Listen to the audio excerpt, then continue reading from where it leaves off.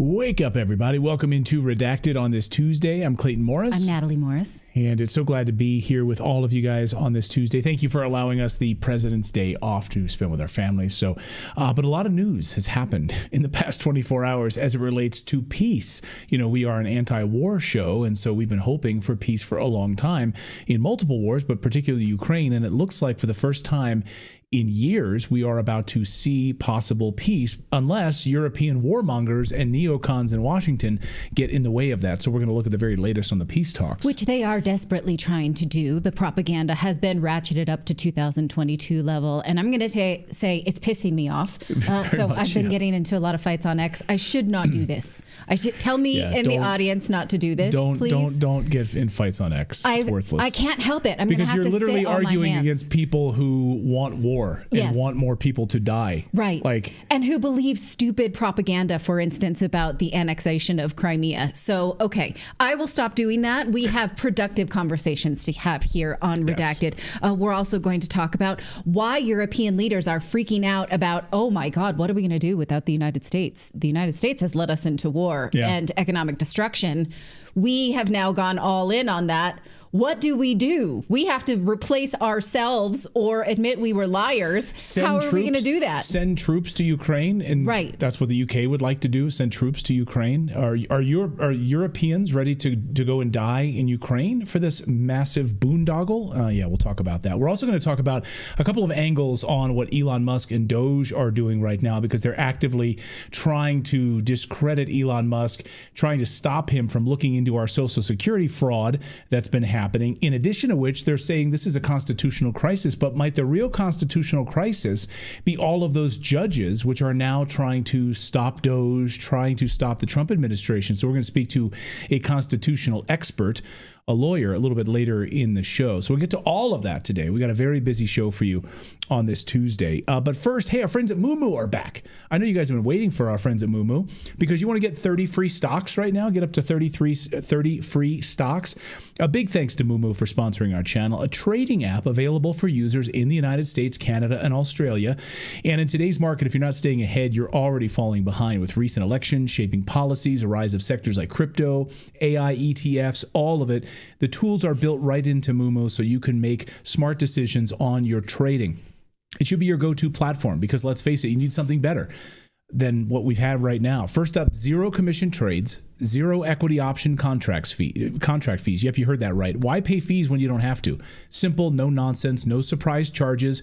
And with Moomoo, you get a transparent, no nonsense trading experience, no hidden charges. And if you want to, invest in like crypto ETFs and those types of sectors, you can do that right now inside the app. And if you're a new user, you can sign up using our link right there on your screen and make a qualified deposit, and you'll receive up to 30 free stocks along with an 8.1% limited APY on your idle cash for 3 months. Right now, if you've got your money sitting in a bank, it's making very little interest. So you could get 8.1% limited time just on your idle cash, even if you haven't invested anything, which is particularly valuable right now. And Canadian users who deposit $2,000 and maintain a minimum eligible account value within 90 days get a stock cash option of 200 Canadian dollars. And Australian users can get up to 10 free stocks with a new user deposit and 2,000 AUD and meets the holding requirements. So terms and conditions apply. Don't miss out on these great opportunities. Trade with Moomoo. Get your free stocks. Just go to redacted.inc/Moomoo today. And we thank them for supporting our show. All right, let's get to the news. Are we finally on the verge of peace in Ukraine? Well, maybe. That is, if the warmongers don't have their way. Right now, high-level talks happening between the United States and Russia in Saudi Arabia sounds like a good thing, right? Well, but here's the kicker. You'd think, but Ukraine isn't invited.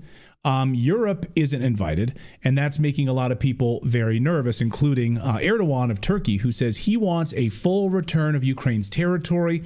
And what he says is a Russian land grab, which is not up for discussion. He's like, nope. So any land grab has to return to Ukrainian pre-2014 territory. Who knows? Crimea included, I guess. Okay, so just so we're clear, Turkey just invaded northern Syria and is now controlling Aleppo, Hama, Homs, and many other Syrian cities.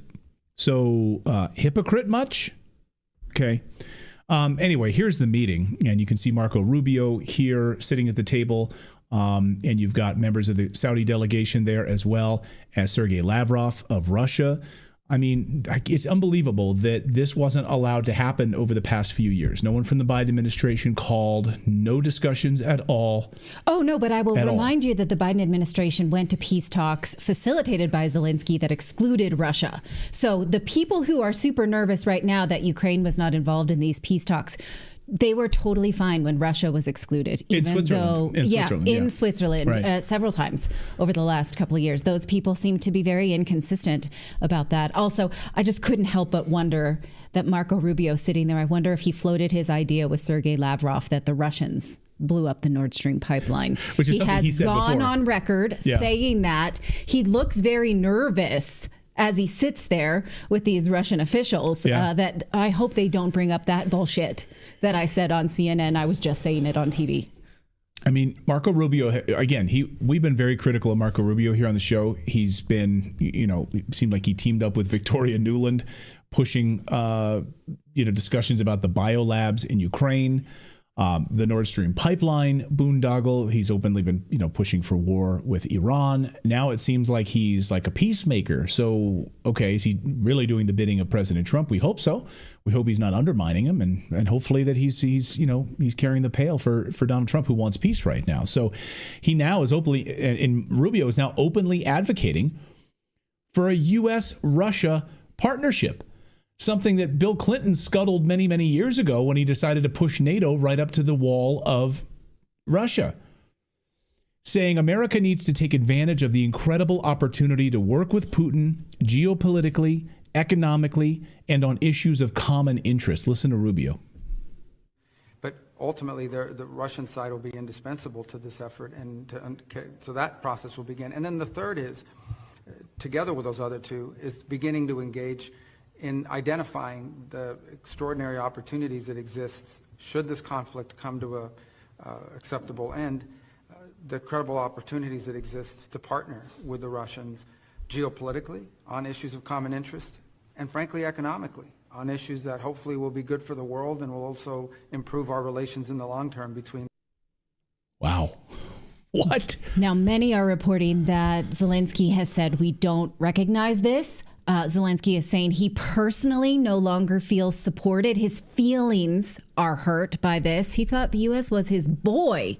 He's very confused. One of the conditions that came out of this meeting was that Ukraine would have to hold elections, which Zelensky canceled 2 years ago, saying the Ukrainian people, they don't want a new leader. They like the war they've got. They like the leader they've got. They're cool with the way things are.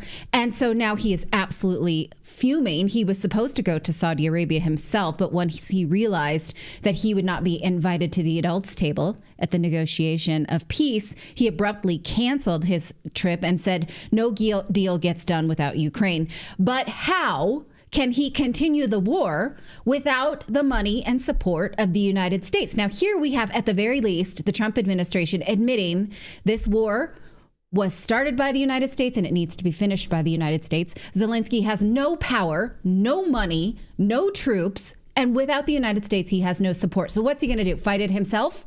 Clearly not, although he's always dressed for it. So there's that, right? European leaders are also losing their minds. Macron is holding emergency meetings in Paris. Scholz is warning that peace can't happen without Europe. Ursula von der Leyen said, we need an emergency freak out mentality. That's what she said on X. We need an emergency mentality. This is serious. She's inviting us all to collectively panic. You can, if you want to. I remind you that she's not elected. So you don't have to follow her into any emotions if you don't want to. Meanwhile, the United States and Russia are calling these talks constructive. Marco Rubio and Sergei Lavrov sitting at the same table. There's even chatter that this could set the stage for a Trump and Putin meeting, which both of them have discussed, President Trump said. So is this actually a step forward when it comes to peace? It's a story that's moving fast, so stay with us all week. Yeah, I love that Zelensky had to cancel. It's like, I'm not going to those. I wasn't invited, so I wasn't invited, so now I'm not going. I also am not going. Should I take to Twitter and announce that? Yeah, you should take to Twitter and announce that you're not going, even though you weren't invited. Yeah. Okay. I'll do that. Every important event, I'm going to announce that when I have decided not to go, when I've not been invited. All right. Well, what about all the FEMA money going to help illegal immigrants? Well, we're learning more by the day. According to a new report, the Biden administration spent over $10 billion on illegal immigrants in 1 year. Now, they did this by funneling tens of billions in grants to migrants and refugees through HHS, Office of Refugee Settlement. This is the same HHS, Office of Refugee Settlement, we're going to call it ORR, which came under fire last year for having lost track of 32,000 migrant kids in the United States. I think that's a typo. It was 300,000, right?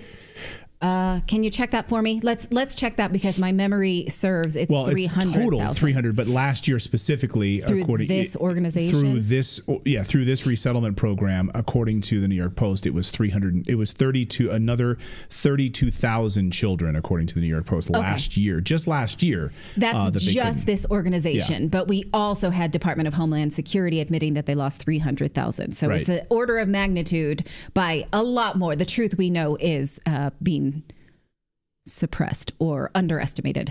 As an example, one of the corrupt charities that received this grant, we've been telling you all along, is that Catholic churches, Catholic charities are running this trafficking system. This report validates this. It's Catholic charities that we've documented have allegedly involved the movement of illegal migrant children throughout the United States and received so much money from President Biden's FEMA program that they just don't know what to do with all that money because since Trump took over, they haven't had a single illegal immigrant walk through their doors. That's funny, right?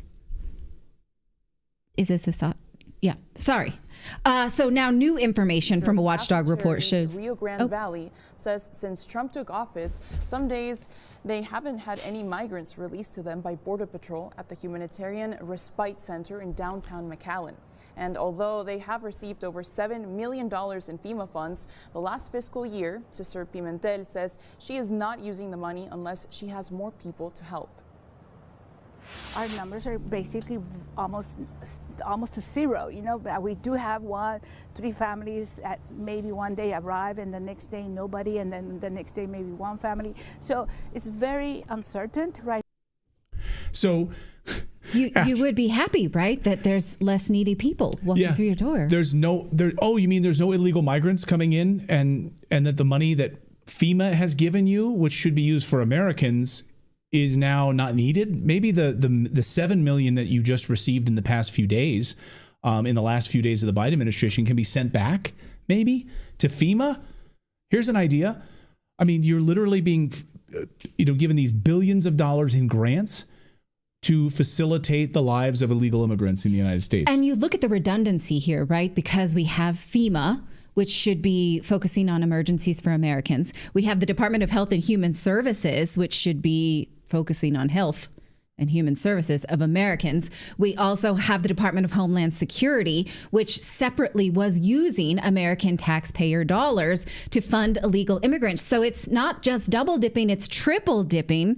This is HHS. Yes, the one that RFK Jr. is now in charge of after his confirmation last week. They were spending $22 billion from between 2020 and 2024 to buy illegal migrants, cars, homes, even startup money to fund a business. So how many legal Americans had access to that help? I'm asking you. And again, the redundancy is staggering right now. This should be a bipartisan issue. Yeah, it's unbelievable. I'm sorry, I was dealing with something. Did you get this part? I did. Okay, good. I'm on that one. All right, let's take a look at this. So this is in Germany. So is Germany responsible in part for Alexei Navalny's death? Well, it's sure looking... Wait, are you... Sorry. Okay. No, you go ahead. I just freaked out because, yes, they are. You read the medical reports. Okay, sorry. No, you take it. Okay. Is Germany responsible in part for Alexei Navalny's death? I have this rubber band. I'm going to shoot it at you right now. It's sure looking that way. I read the medical reports. Do you want to take it? No, I don't. I want you to do your own story. Is Germany responsible in part for Alexei Navalny's death? Well, it's sure looking that way. Germany's detestable foreign minister, Alena Baerbock, is under fire for reportedly blocking a deal that could have secured Alexei Navalny's release from prison. So here's some context. Before his death, Moscow allegedly sent Berlin a list of potential prisoners for a prisoner swap, a prisoner exchange, which included Navalny. Chancellor Olaf Scholz really wanted the deal, according to reports, and he was pushing hard for the deal and wanted Navalny released to Germany. But Baerbock blocked it.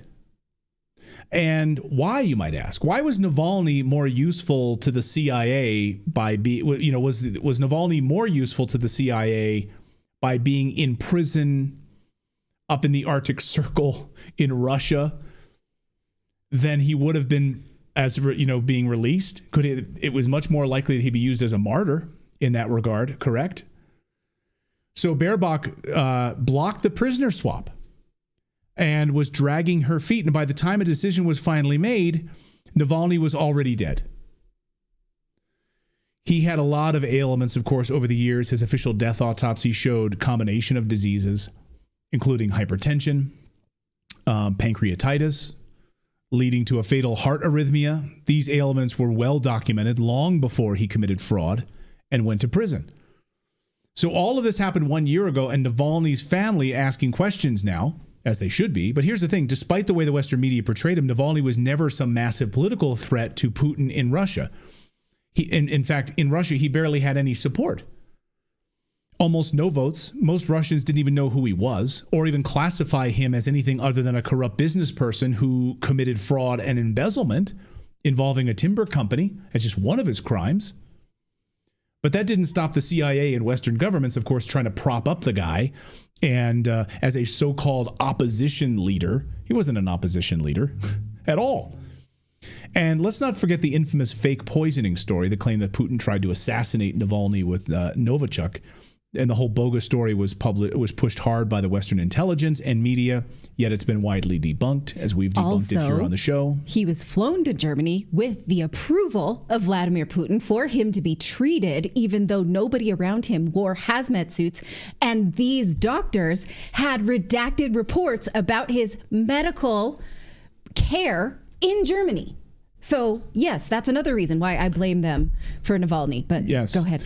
So there was never solid proof. The entire narrative fell apart. And that didn't stop the West, though, from using Navalny as a political pawn against Russia. And even douchebags like U2's Bono rallied a whole audience to chant his name in one of the most cringe things I've ever seen after his death. Watch. Apparently, Putin would never, ever say his name. So I thought tonight, people who believe in freedom, we must say his name. Not just remember it, but say it.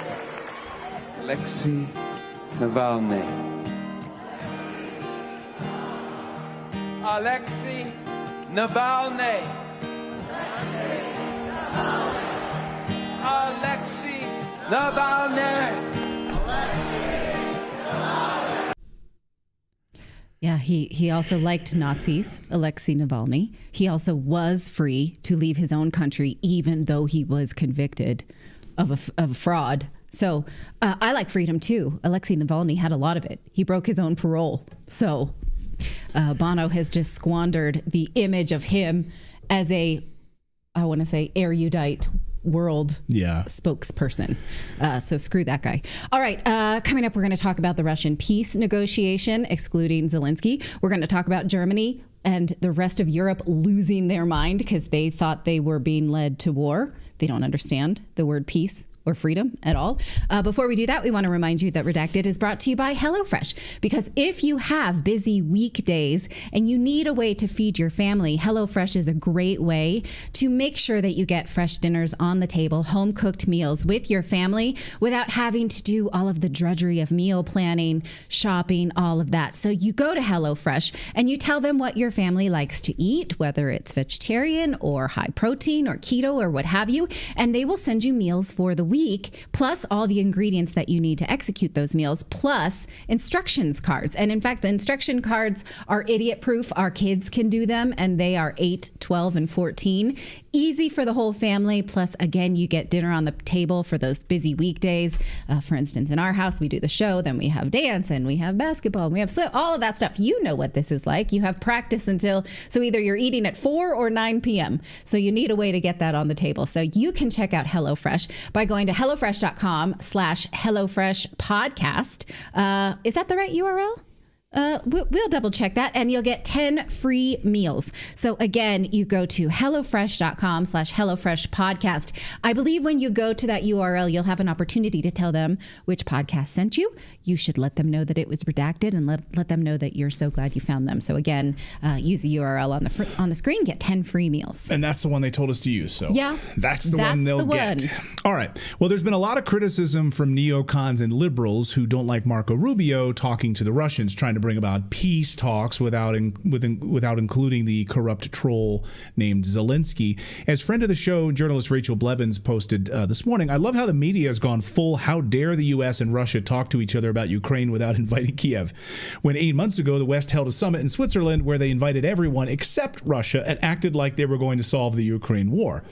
Former UN Weapons Inspector Scott Ritter, who warned the world, of course, that Saddam Hussein didn't have weapons of mass destruction and that you probably shouldn't go because millions of people might die. People didn't listen to him, of course. And if people had listened to Scott Ritter, millions of people would still be alive. He posted this today. For those who question and or belittle the businesslike character of the Riyadh talks between the U.S. and Russia, all you do is expose your ignorance and lust for war.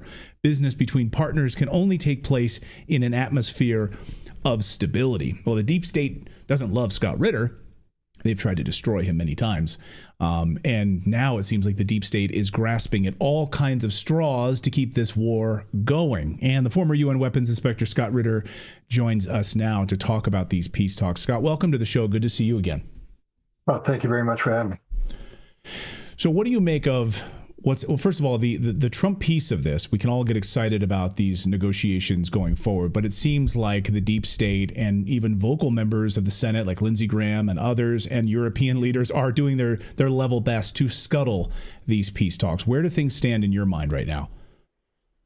Well, I would say that anybody trying to scuttle it has disinvited themselves from the table and won't be a part of the process.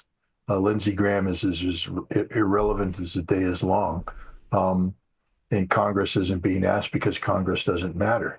The president doesn't need congressional support for the reestablishment of normalcy in diplomatic relations between Russia and the United States. And he certainly doesn't need congressional approval for him to engage in conversations with Russia about bringing an end to the conflict in Ukraine. The United States is not an official party to this conflict. We are not in a state of war with Russia. Congress has no say in what the president does here. And that's the reality of Europe as well. Europe has disinvited itself by making itself irrelevant to this.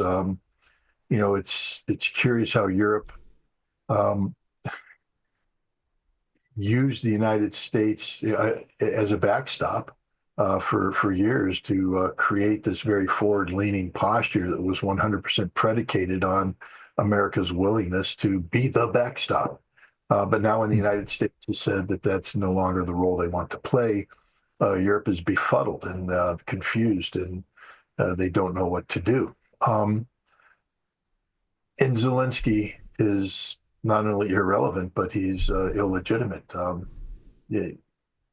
People can disagree with Russia all they want, but when the Russian president says as a statement of fact that he will not enter into final agreement with Ukraine that is signed by Zelensky because Zelensky is an illegitimate leader of Ukraine, and therefore any agreement he signs will be invalid.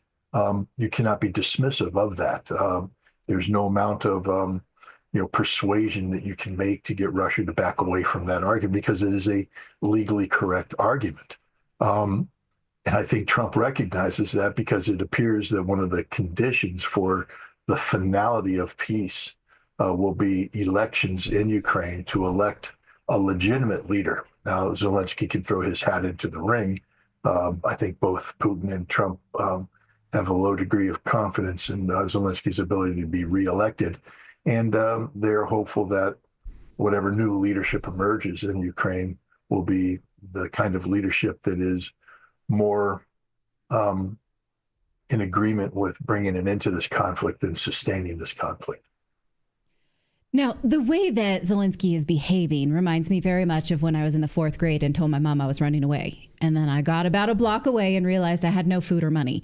So is this not showing the world that Zelensky has no power because he's pretending he can go it alone? What happens if he tries? Well, I actually just wrote an article on my Substack that delves into this question. Let's just be real here.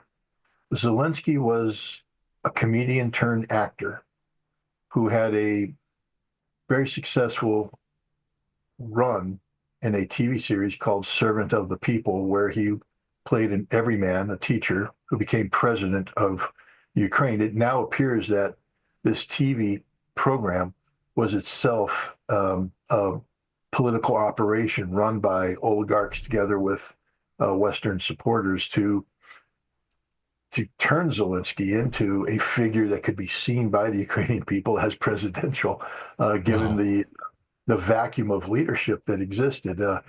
His series ran until March of 2018. At that time, his production company, I'm just being serious here, registered Servant of the People as a political party, Zelensky's political party. So he literally ran for president in a political party named after the television show that he starred in, where he played a president who came out of nowhere.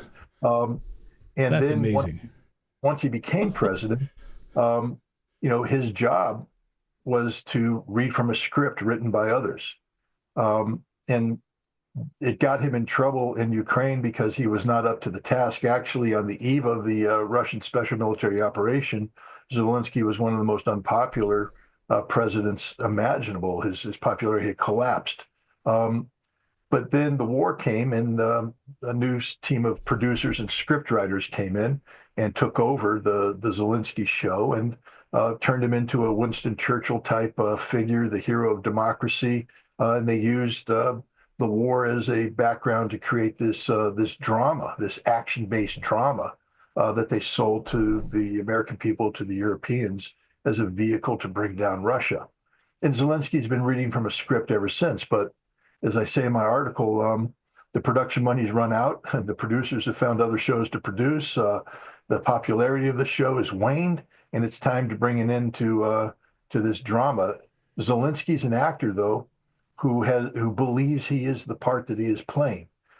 He's denied a script, and you said, what is he doing? Right now, he's literally ad-libbing, and it's improvisation. And it's not working. He's alienating everybody.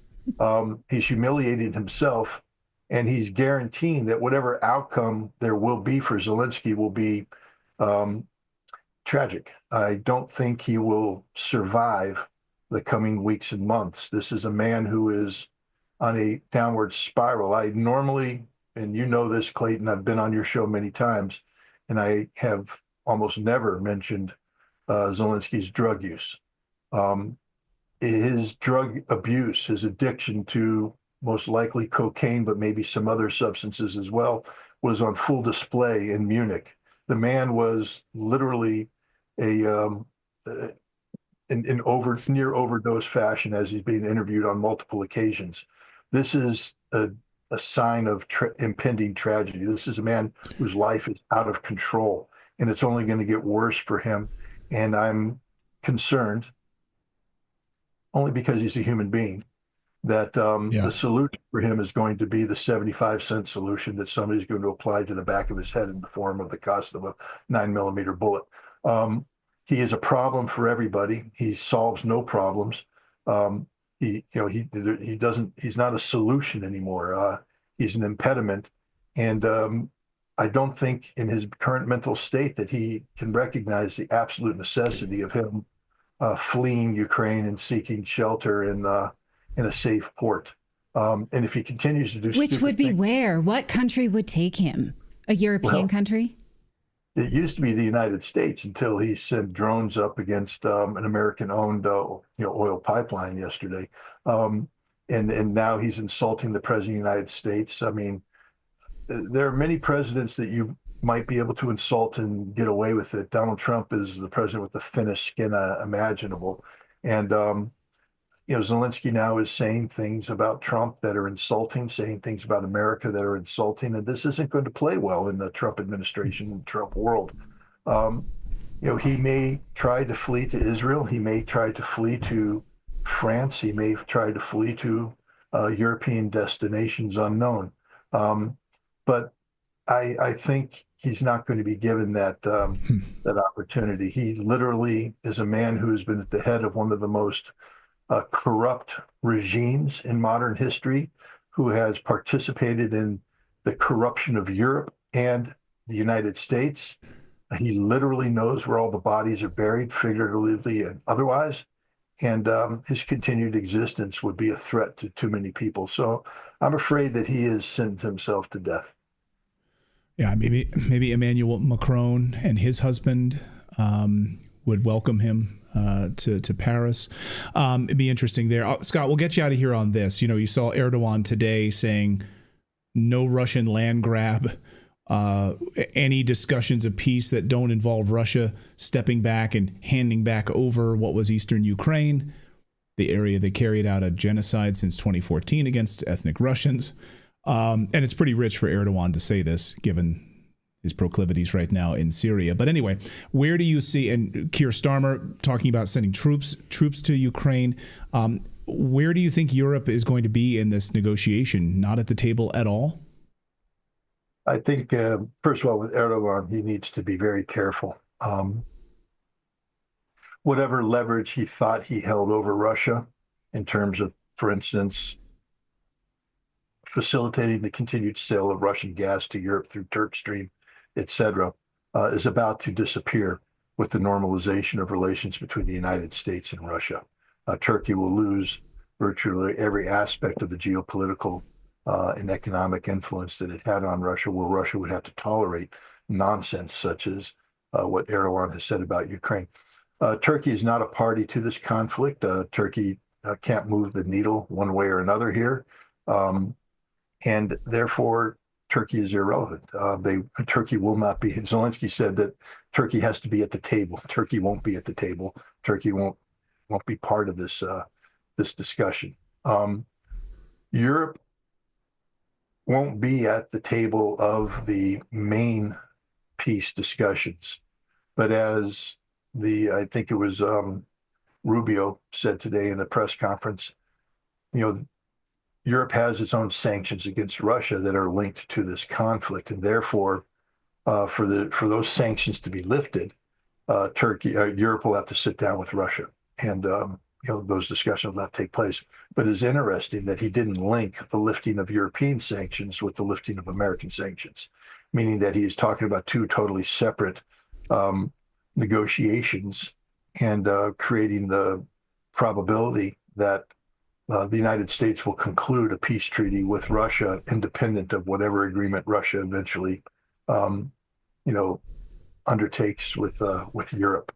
I think this is important. I think it's important for the United States to carve Europe out, because right now Europe is seeking to superimpose itself in parasitic fashion on the United States to impede our negotiations with Russia over Ukraine. The best way to bring the Europeans in line is to isolate them from that dialogue, and then leave them, left to deal with the consequences of their behavior, meaning that if they want to go alone, then they have to pay the price that's associated with that. And it's a price that Europe cannot pay. They can't afford the military they would need to confront Russia unilaterally. European unity will dissolve instantly as European nations seek to take advantage of the rapprochement between the United States and Russia to jump in on, the economic, benefits of that, and Europe will collapse. And so I think Trump is playing that aspect of it, that Europe will be compelled to come to the table and normalize relations with Russia on terms that will be favorable to Russia. And it won't involve Europe trying to interfere with whatever the United States and Russia are able to come up with in terms of an agreement. Yeah, Europe is in real trouble right now. Scott Ritter, we always appreciate you joining us here on the show. Thank you so much for your insights and your stalwart defense of pushing for peace. And diplomacy. Yeah. Thanks as always, Scott. You get some I told you so. It's sort of ironic that you have a Marine yeah, who is a practitioner of war, suddenly being the face of peace and diplomacy. But hey, it's a brave new world, and it's a role I'm very happy to play. Right. Well, you've been playing it for many, many years and pushing for peace and trying to stop us from killing millions of people. Hopefully now you have receptive ears in Washington, D.C., we hope. Anyway, Scott, great to see you as always. Thank you, my friend. Thanks, Slade. Thanks. Well, actually, Dan McKnight has been on our show many times, Veterans Affairs expert, former Marine and Coast Guard, I believe, and says that veterans are the largest contingency of anti-war voices. Yeah. That they've seen it. They've seen nobody should be able to go. They're not like, oh, I hope my son goes to war because that was fun. Nobody thinks that. So, yeah, we have to listen to our veterans who know that of which they speak. So speaking of Europe, we've got a European coming up in just a moment because Europe is facing this terrible moment and is facing collapse. I mean, you've got loud voices in Europe wanting to continue this war, despite the United States and Russia coming to the table. Europe is freaking out right now. They're holding emergency sessions. They're in a panic mode right now because they desperately want this war to continue in Ukraine, and to Europe's detriment, I believe. I mean, Europe is facing collapse if this continues. We're going to talk about that in just a second. But first, so gold just hit an all-time high once again. And how many times do we have to say that? I mean, well, and now we're seeing silver surging because of what Trump is planning to do with manufacturing back in the United States. And that because silver is not just, a precious metal, it's also monetary, right? It is a currency. And it's used, it's also used in all sorts of electronics and everything. So that's why you're seeing, I believe we're going to start to see a huge spike in silver very, very soon. We just saw gold hit record highs again. And now there's the push from Elon Musk and Donald Trump to want to audit Fort Knox to find out how much gold the United States actually holds. And this is a huge thing because Russia and China have been buying up as much gold as they can get their hands on right now and their central banks. So how much gold does the United States actually hold? This is going to be a really interesting audit to see if they've been lying to us all of these years. And Trump has talked about moving the United States dollar back to a gold standard. So are we about to see gold going well over $3,000 an ounce? That's certainly what Bank of America thinks is going to happen to gold. UBS also price targets for gold. So we are big proponents here on this show of holding precious metals in our portfolio, as taking care of our kids and planning for their future, making sure that my future is not tied to US dollars or any fiat currency. And our friends at Lear Capital can help you get set up with that. Just give them a call. Just get on the phone. If you don't know anything about owning precious metals, just have a phone call with them.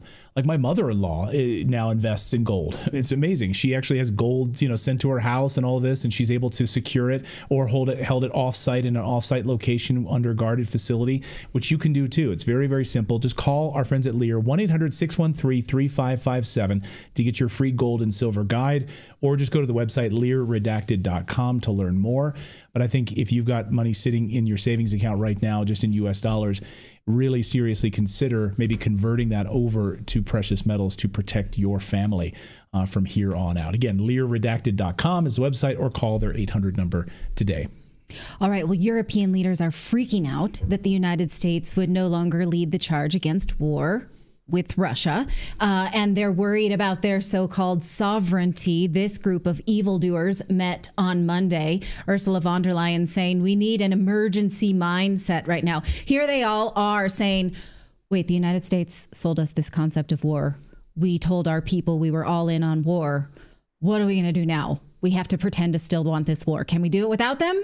That's the conversation now. Ralph Tolhammer has been warning us about this group of ne'er-do-wells for, years and years. So he joins us today. Thank you so much, Ralph, for coming on the show. You're joining us from Austria. So what is the temperament in the EU right now, given that the European people can see a possible end to the conflict between Ukraine and Russia, but their leaders don't want it? Well, thanks for having me on again.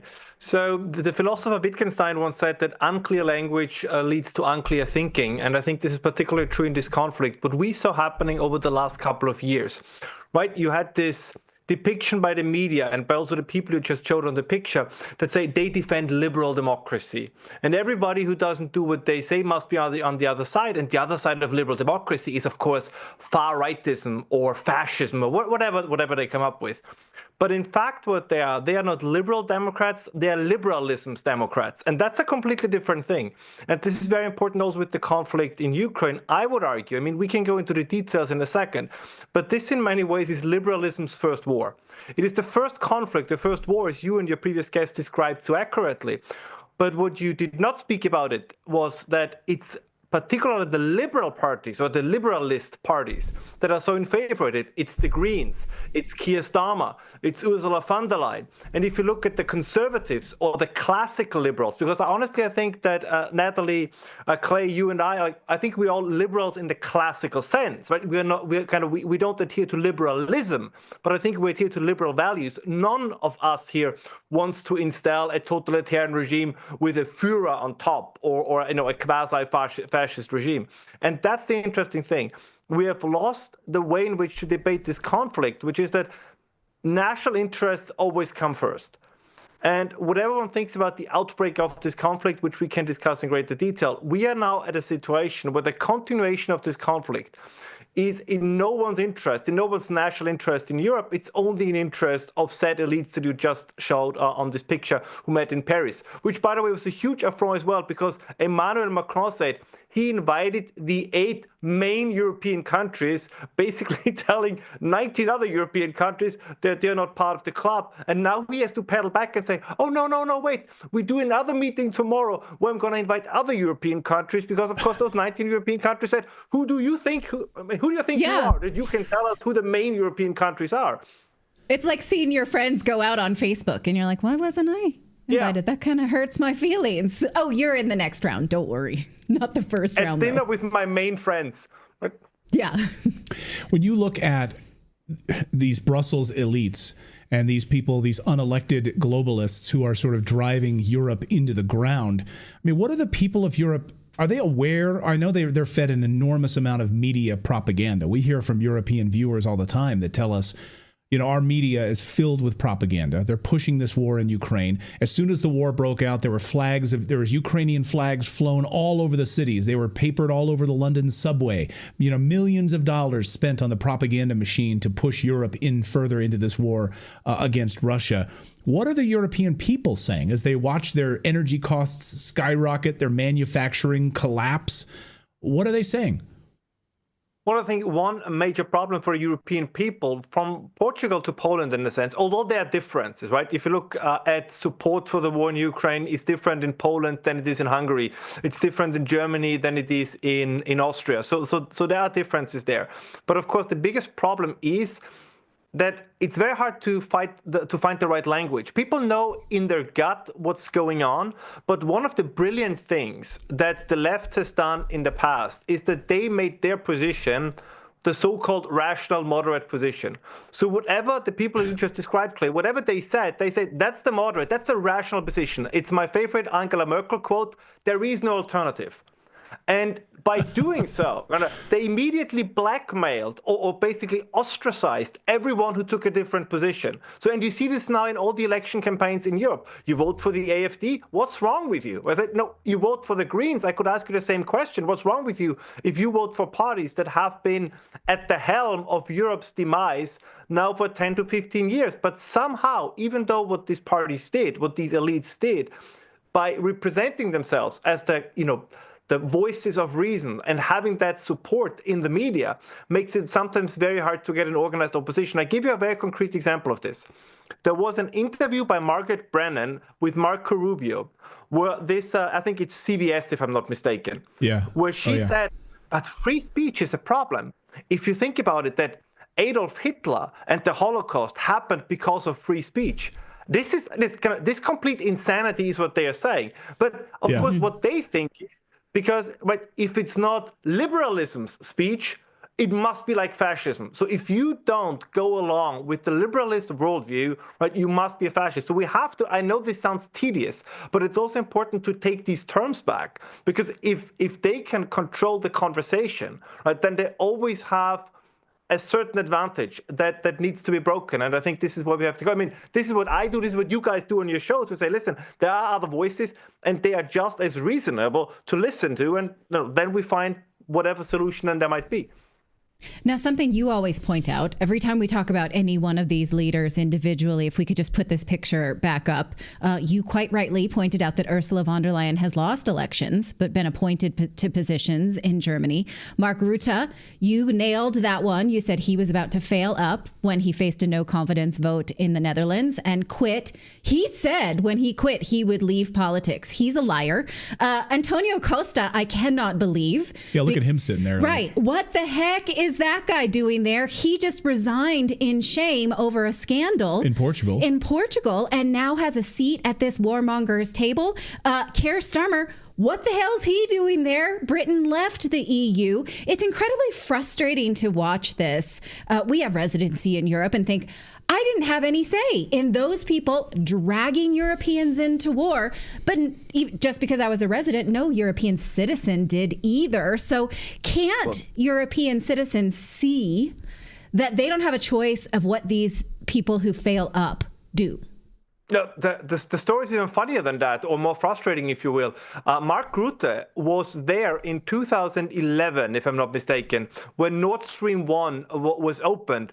He was standing right next to Dmitry Medvedev and the then Chancellor of Germany, grinning all over his face. So all these people that are now saying, rah, rah, we have to go to war against Russia, they were the architects of the very relationship Europe had with Russia that made the war possible in the first place. I mean, I'm never sure they're hypocrites. I know that many of our viewers and listeners say it was all planned, and I think it was in parts, but these are horrible, horrible people. Ursula von der Leyen and Angela Merkel, I always want to include in this, these are genuinely terrible people. I don't wish them anything ill, but in politics, they should not be anywhere near politics. I mean, look at the things that Ms. von der Leyen is saying. Again, she did it a couple of weeks ago. She said, Europe needs to decarbonize, right? Europe needs to do the Green Deal. And then she goes out and says, we also need to fight the Russians. These things are not, from a cognitive perspective, they don't go together. You have Keir Starmer with his crazy environmental and energy and climate minister, Ed Miliband. I mean, they destroy British manufacturing. They destroy the British steel industry. And now Keir Starmer says, oh, I'm ready to send troops to Ukraine. And then, of course, last point, you have the Greens in Germany who say we also have to be ready to go into a war mindset. I looked at polls. You know the voters of which party are least likely to say in polls that they're willing to defend their country with a weapon in hand? It's the Greens with 9%, and it's 30% for the AfD voters. And this is, of course, also what you see happening in the United States, because Trump knows very well when wars are fought, the soldiers come from the right? It's people that vote for Trump. It's people that vote for the AfD. And it's the kind of status quo elites, like the von der Leyens, like the Greens and all these others. They would like to send the other guys to the front. They just want to sit in their armchairs and send them there. And it's understandable that more and more people say that we cannot accept this. Yes, well, in America, we call them soy boys. Do we?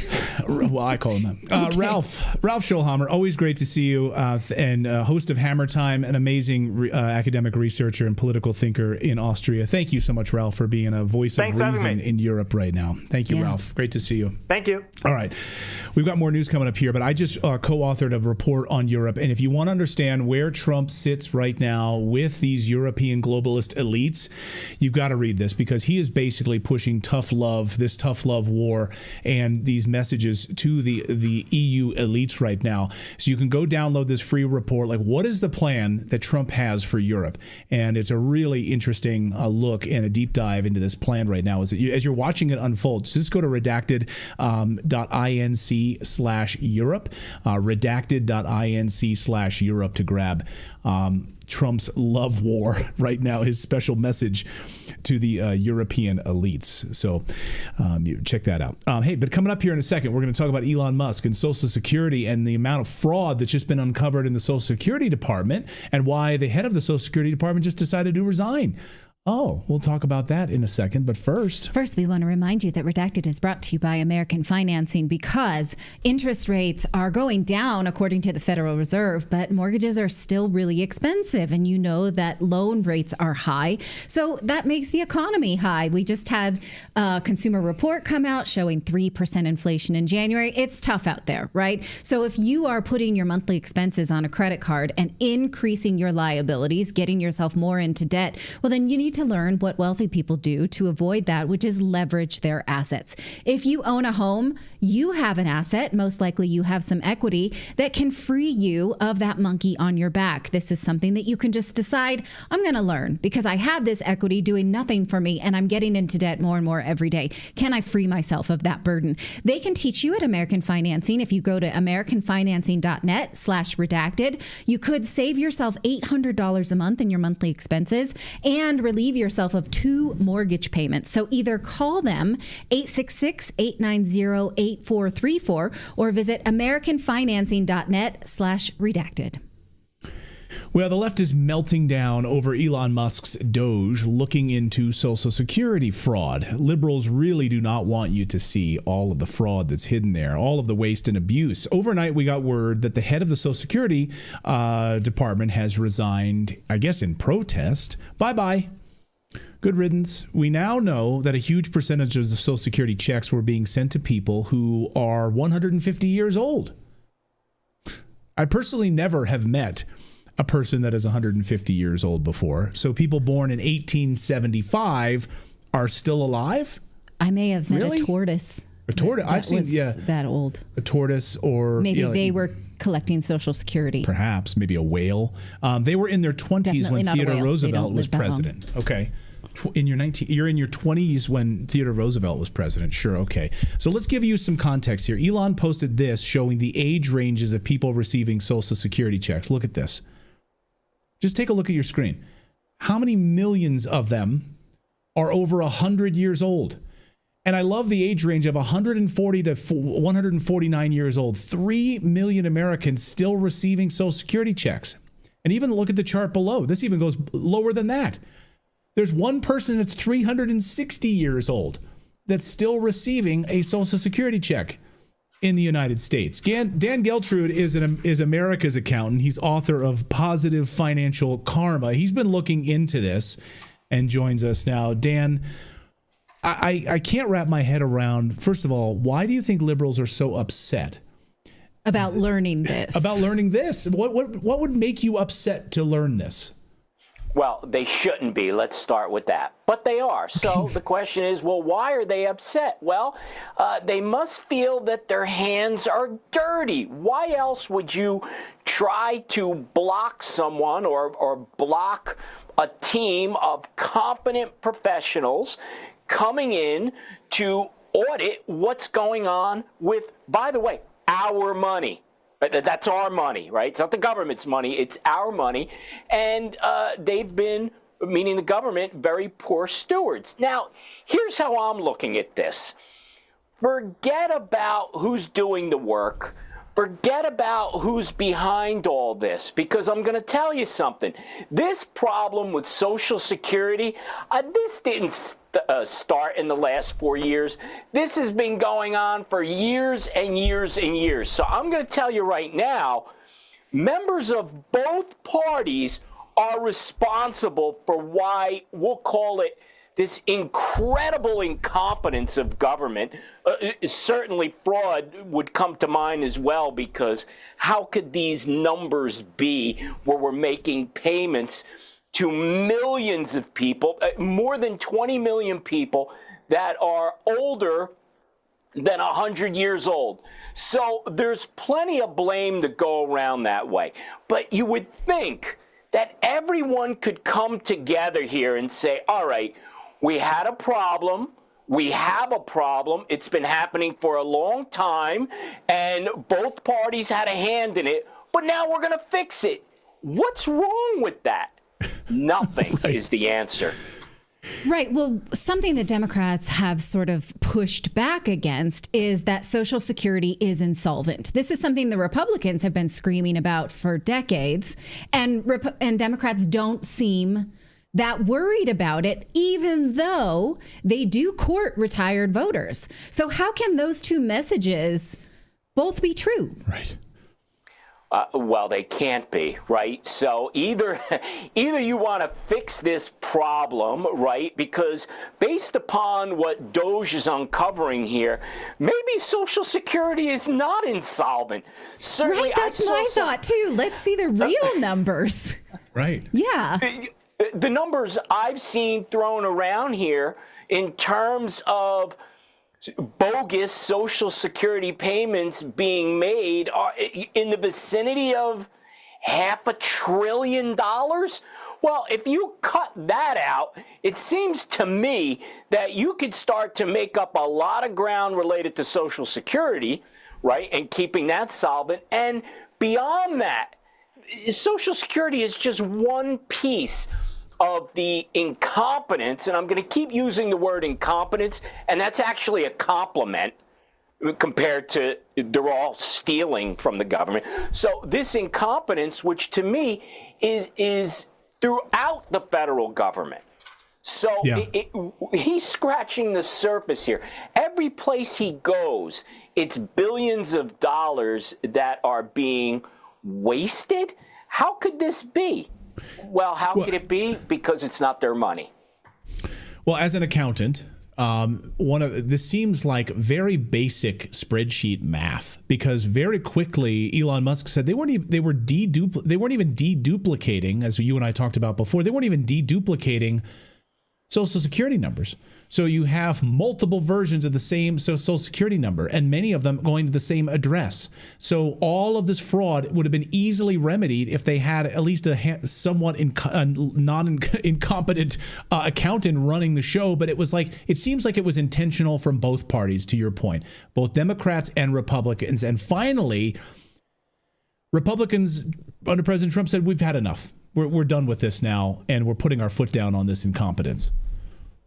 Well, this to me goes back to you have, I guess, close to half of the country that says anything that Donald Trump does is bad.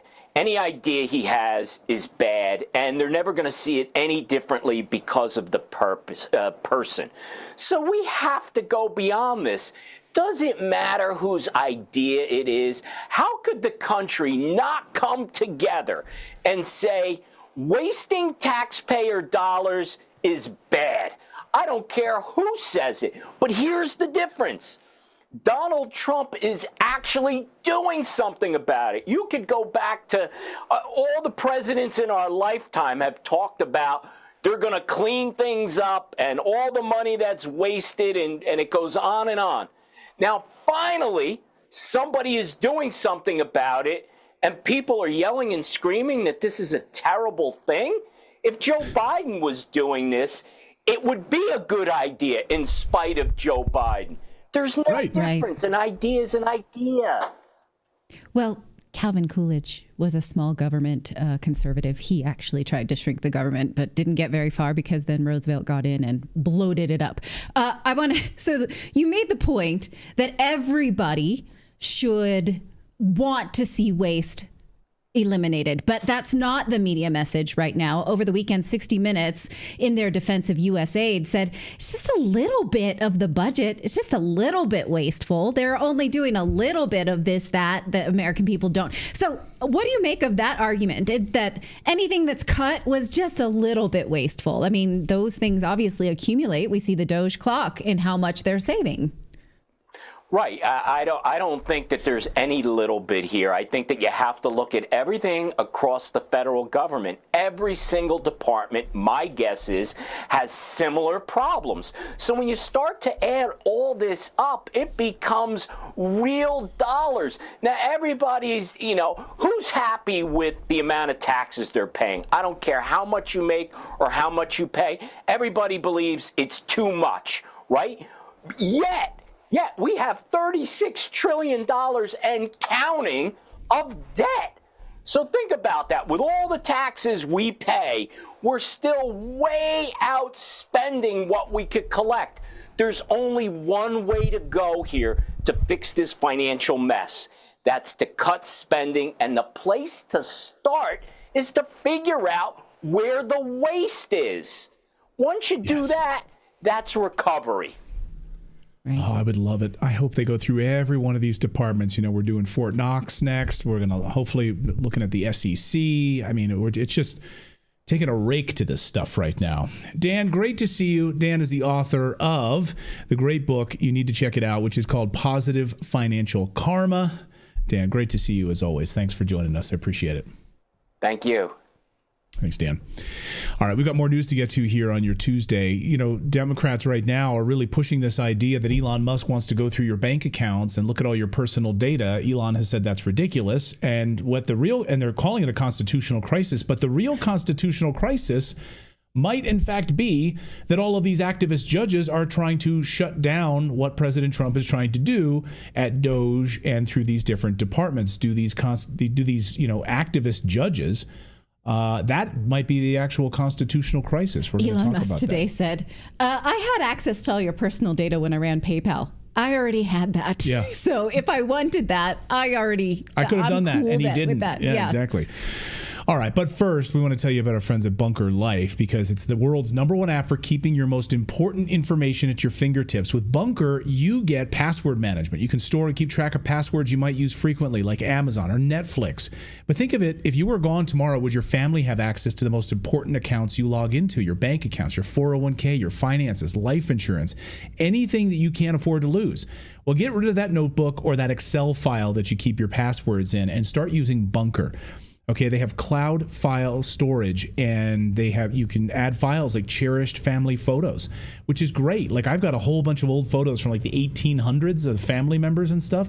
Store them in Bunker, so all of your family members will have access to this when you pass. Your home finances, insurance, health, pets, all of it, all your tax documents, everything.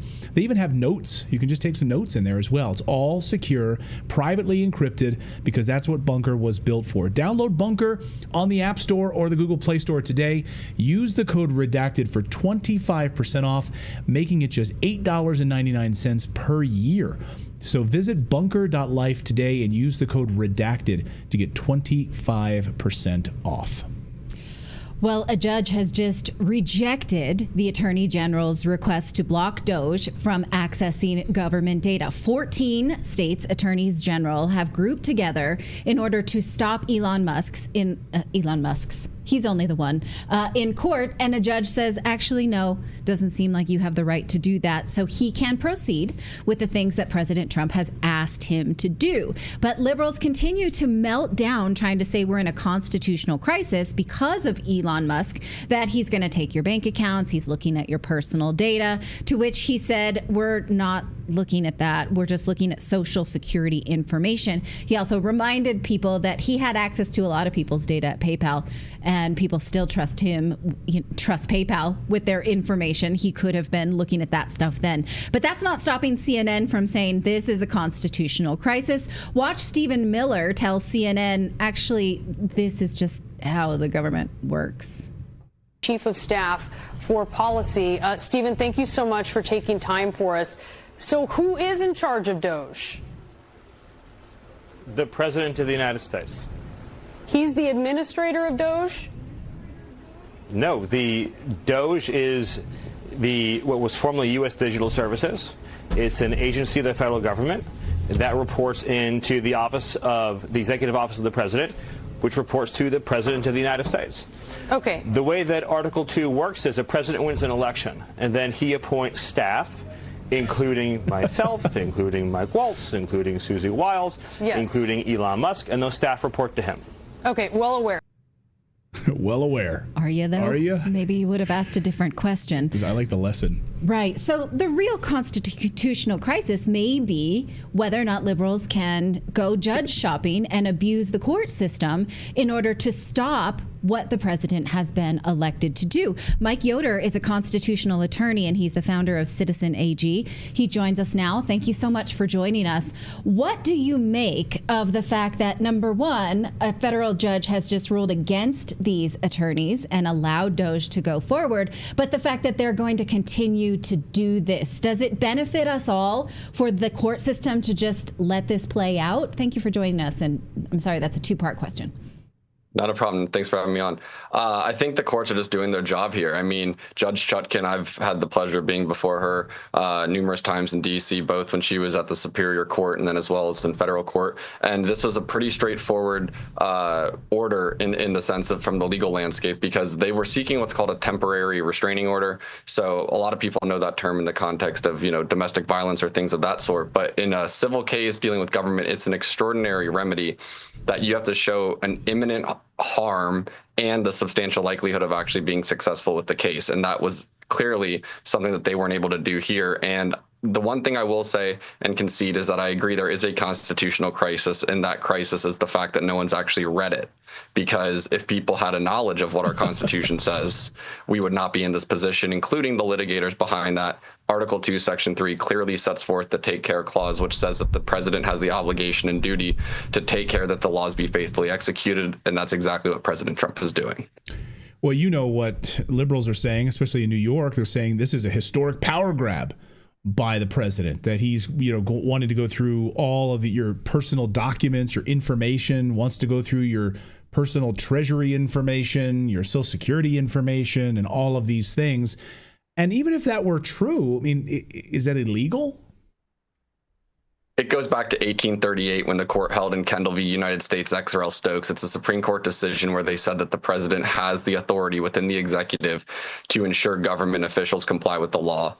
You have the Administrative Procedures Act, which allows for you to go after actions by the government that are either futile or they're wasteful. And right here, that's what he's doing. He's using the laws. The president doesn't have the power to write the laws, but he does have the power to enforce them. Go back to Andrew Jackson. He used historic precedent and all the way dating back to his presidency when he enforced the laws there. So them claiming that this is an overreach of power or that this is some sort of unprecedented attack. Elon Musk is a special advisor to the president. The president is acting within his constitutional authority under Article 2, Section 3, and they have no argument. And they try to spin it by claiming that Elon Musk is going after our data, when in reality, it's probably and almost certainly the fact that the people parroting that narrative are the ones whose data and information they're actually concerned about, since you make $213 a year, yet you somehow come out with a net worth of $40+ million, and Pelosi trades better than any algorithm could in the world if you want to run the analysis between her trades and the stocks. So I think it's pretty obvious what they're doing and what they're trying to spin this as. What is the constitutional answer to this that liberals are screaming the most? That Congress has the sole power to set the budget and constrain the budget. What do you say to that? Congress can set the budget, but the power of the purse is really within the fact of the fact is the Constitution doesn't even contain a spending provision. It says that Congress and the government have the authority to tax. It's under a taxing power, but the spending necessarily is implied because of the fact that if you can tax for the overall welfare of the country, you can also spend for it. So setting the budget is certainly within the power of Congress, but that doesn't also dictate how that money is spent. So that's where I'm struggling to follow their logic there, because Congress can set a budget, but the executive is the one that enforces the laws. And if the laws aren't being enforced and that budget is being spent on illicit action or illegal or unconstitutional activities, then the president certainly can enforce that. Right. And so these firings, now he's appealed to the Supreme Court saying, I need to enforce some of these firings that I have put into place. And then liberals are saying you actually never had that power. But the president can, in fact, decide who works for the federal government, can't he? within the executive agency. The president could fire a mailman tomorrow if he wanted to. This goes all the way back if you look at the issues with the vaccine mandates and what happened, where there was a lot of issue talking about how the federal government didn't impose itself there was a vaccine mandate on all the executive agencies, all the cabinet entities, so the Department of Justice, DOJ, you had all those bureaucrats were being subjected to it. But then why wasn't there a mandate for Congress? Well, that's because the executive branch under separation of powers cannot compel the legislative branch to do something because it falls outside that authority. As the leader of the executive branch and the president of the United States, he can enforce that. So if you work in the executive or under the president, then he is effectively just like in a company. A CEO can terminate anyone on the, from an executive at the board level, he can terminate all the way down to someone that works in a factory. There's no limit there because these individuals work within the federal government and they are executive agency employed individuals. They fall under President Trump and he has every right to terminate them. And their termination has nothing to do with the budget because the termination isn't vacating the position or getting rid of the position necessarily. The president is simply getting rid of the person filling it, and that budget is not being affected by who in fact it is being set for. The budget doesn't contemplate the individual receiving the money, but rather the position that exists. We saw a bunch of these liberal activist judges, it seems, like last week in Manhattan, blocking Doge's access to Treasury information, a judge in D.C. issuing an order to block layoffs at the Consumer Financial Protection Bureau. So we're seeing, do you think we're going to see more of this? And will this go all the way to the Supreme Court, or does this have any teeth at all? They're just playing lawfare and trying to slow Trump's momentum.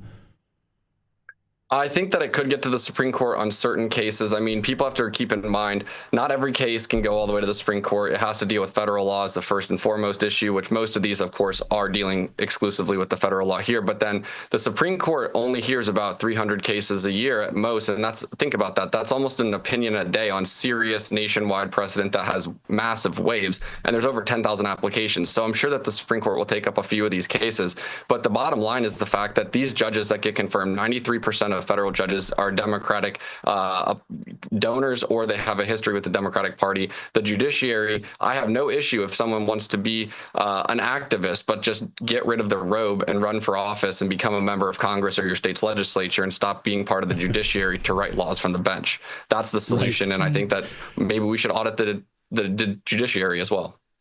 Yeah, get rid of the robes and run for office. I love that. That's a great line. Our audience loves you, by the way. We have tens of thousands of people watching right now. And so we love this guy. He brought the receipts. They're like, and how is this guy this young a constitutional attorney? We need more of you in this country. You don't have to answer that. You don't have to answer that. We're not asking.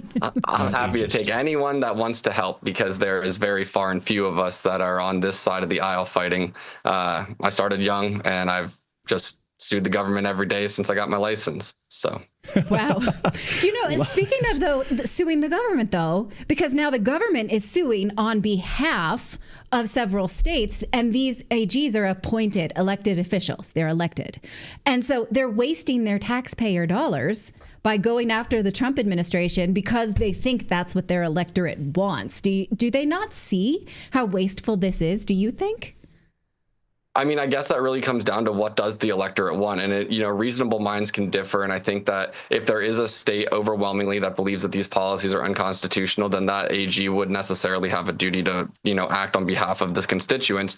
Now, whether in fact there is enough people in this country that are either so misinformed or just uneducated on what's going on as to think that trying to block Trump from auditing our government because for whatever reason, if they want to, be spending $800 so, trans individuals can weave baskets underwater in Uganda, then that's certainly up to them and their prerogative. I'm not going to opine on that. However, I think there are more futile or more actual initiatives that our country needs to be focused on. And I don't think that the AGs are out of line if they are, in fact, acting at the bequest of their constituents, even though they have no legal basis. That could be, a separate legal issue for frivolousness. But the core issue comes down to the fact is who are they acting on behalf of? Is it their constituents, or is it someone that's got deep pockets in corporate America, or is it allegiance to a political party? And that's really where I have the issue.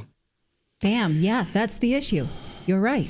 Mike Yoder is a constitutional attorney. We need more of him who understand the Constitution, and founder of Citizen AG. Thank you for your insight, Mike. Great to see you, and we'd love to have you back. Anytime. Thanks, guys, for having me on. Thanks, Mike. All right. That's going to do it for Redacted for today. It feels like Monday, but it's not, since we were off yesterday. We will be back tomorrow. We want to remind you that we have a newsletter you can find at redacted.inc. It's totally free. You just go to redacted.inc, click the link to get your free newsletter and put your email address in, and then authenticate that in the email we sent you. And again, when I say free, I mean free. There's nothing behind a paywall unless we link you to somebody else that has a paywall. But we don't. We do all of this work for you for free because we're passionate about it. This is what we choose to do with our time because we love you and we like the truth. And even when it's uncomfortable, we stick with it. So please join our free newsletter. It comes out every day that this show comes out, Monday through Thursday, unless we're off for a holiday like we were yesterday. So we will see you tomorrow, everybody. Thank you so much for being here. Do you want to say goodbye? Yeah, we'll see you tomorrow, 4 p.m. Eastern time. Have a great night, everyone. Hope you have a great Tuesday night. We'll see you tomorrow.